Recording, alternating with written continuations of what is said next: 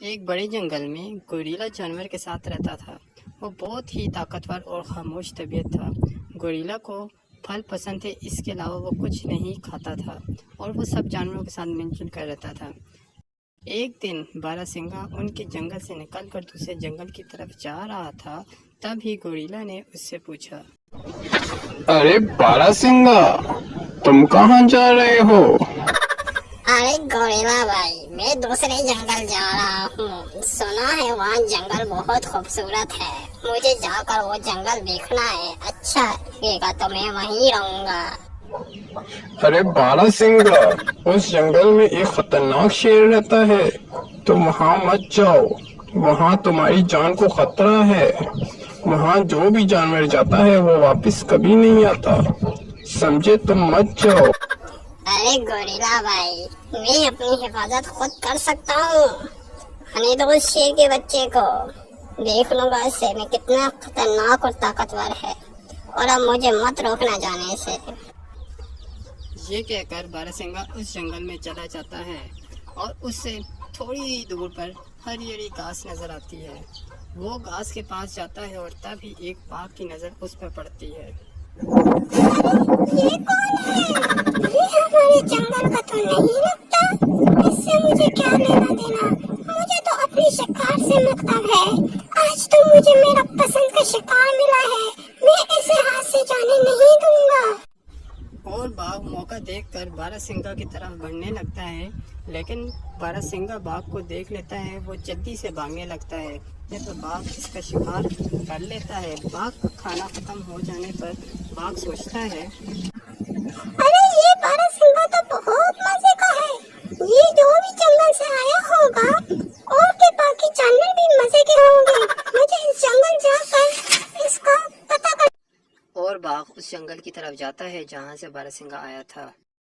अरे वाह, यहाँ तो बहुत ज्यादा जानवर है और ये सब कितने मजे के होंगे। इन्हें नहीं छोड़ूंगा, लेकिन मेरा पेट भरा हुआ है। बाद में शिकार करूंगा। ये कहकर बाघ वहाँ से चला जाता है और 2 दिन बाद जंगल में आता है और देखता है वहाँ के सारे जानवर इकट्ठा होकर हरी हरी घास खाते रहते हैं। पर वो इनके पास नहीं जाता क्योंकि वो देखता है कि अरे ये क्या? इनके साथ तो एक बहुत बड़ा गोरिल्ला है।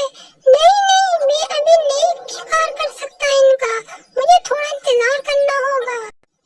कुछ देर इंतजार करने के बाद गोरिल्ला वहाँ से चले जाता है और बाघ कहता है, अरे वाह, ये काला मनमानस गोरिल्ला चला गया। अब मैं इन जानवरों का शिकार कर सकता हूँ।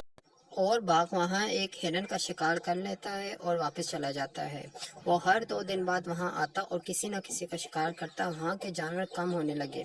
तभी गोरिल्ला सब जानवरों से कहता है, अरे दोस्तों, ये हमारे साथी दिन ब दिन कम क्यों होते जा रहे हैं? लगता है हमारे ऊपर कोई बहुत बड़ी मुसीबत आने वाली है। 4 दिन पहले ही मैंने एक बाघ को अपने जंगल आते देखा था। इसका कुछ करना पड़ेगा। ये देखकर गोरिल्ला ने एक बहुत बड़ा सा पिंजरा बनाया। अरे दोस्तों, सब मेरी बात सुनो। मैंने एक प्लान बनाया है। जब शेर हमारे जंगल में आएगा तो हिरन को इसके सामने जाना होगा और बाघ को अपने पीछे लाना होगा।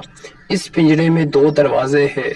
हिरन, तुम एक काम करना, तुम दौड़ते दौड़ते आना और अगले दरवाजे से निकल कर बंद कर देना। मैं इस तरफ से वो दरवाजा बंद कर दूंगा। तुम समझ गए हो? गोरिल्ला सबको जैसे बताता है सभी लोग वैसे ही करते हैं और हिरन भी वैसे ही करता है जैसा गोरिल्ला ने बताया था। और इस तरह वो लोग बाघ को पकड़ने में कामयाब हो जाते हैं। अरे मुझे कोई बाहर निकालो। इस पिंजरे में मुझे किसने कैद कर लिया? मुझे बचाओ रे। अच्छा, अपनी जान पर बन आई तो बचाओ बचाओ करके चला रहे हो।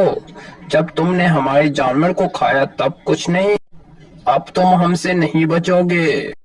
अरे गोरिल्ला भाई, मुझे छोड़ दो। मैं कभी इस जंगल की तरफ नहीं आऊंगा।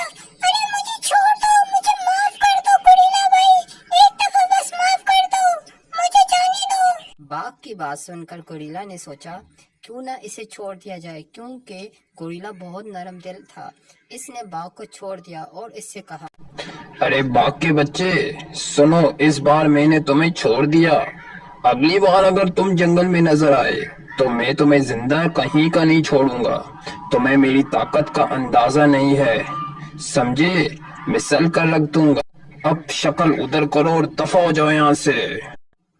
फिर बाघ वहां से भाग जाता है और वापस कभी नहीं आता। तो दोस्तों, देखा, इत्तेफाक में जो ताकत है वो किसी में भी नहीं है। हम अगर एक होकर काम करेंगे तो किसी भी मुश्किल का सामना आसानी से कर सकते हैं। दोस्तों, अगर तुम्हें मेरी कहानी पसंद आई तो मेरा चैनल